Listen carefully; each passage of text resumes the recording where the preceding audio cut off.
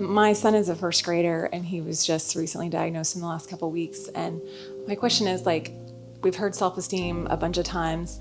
Like, what's the best way as a parent to, like, break it to him? Like, how do we tell him? Like, my mother-in-law is very, very against telling him because she doesn't want him to think there's something wrong with him. Like, how do you, support your child?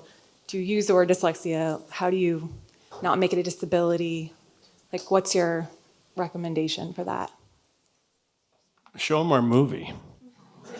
Yeah, some of my best friends are dyslexic, So I think it's very important that you're open and honest with your children to the extent you could be in first grade. I think that when you're talking with your son at home, you talk about and point out your own personal strengths and weaknesses. So whether you have a reading challenge, whether it's dyslexia or not, whatever it is, every single person in this room has personal strengths, and we all have our personal challenges. I know in my house, every time we make a mistake, we point it out. I know that I am really good personally at solving problems at home. I know my daughter is very good at keeping us all on task and telling us what we've forgotten and what we must do and what we said yesterday. And I know that my son, he has that creative mind. And so where he sees something, he will remember a detail. So at home, if there's a problem, and it can be anything, my problem, my child's problem, this difference, disability, whatever, strength, point out all of those things. And if you need to talk to your son or your daughter about them having a reading challenge or any type of challenge at school, I have simply said, you know what? Our brains all work differently. Your brain is so strong in solving problems when there's an issue in this house. You are the first one to come up with an idea that is out of the box. When I can't keep it together, you are always able to keep me on track.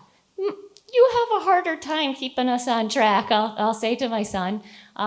But we point those things out all the time. It's sort of a practice at our home. And so maybe that's a shift you could make at home, talking about strengths and differences and how everybody has something different that they bring to the table. That's what makes us all unique. That's what makes us all special. And that's what makes us allow each other sort of to be codependent in the way that we all, work and live together. And I think that's fair.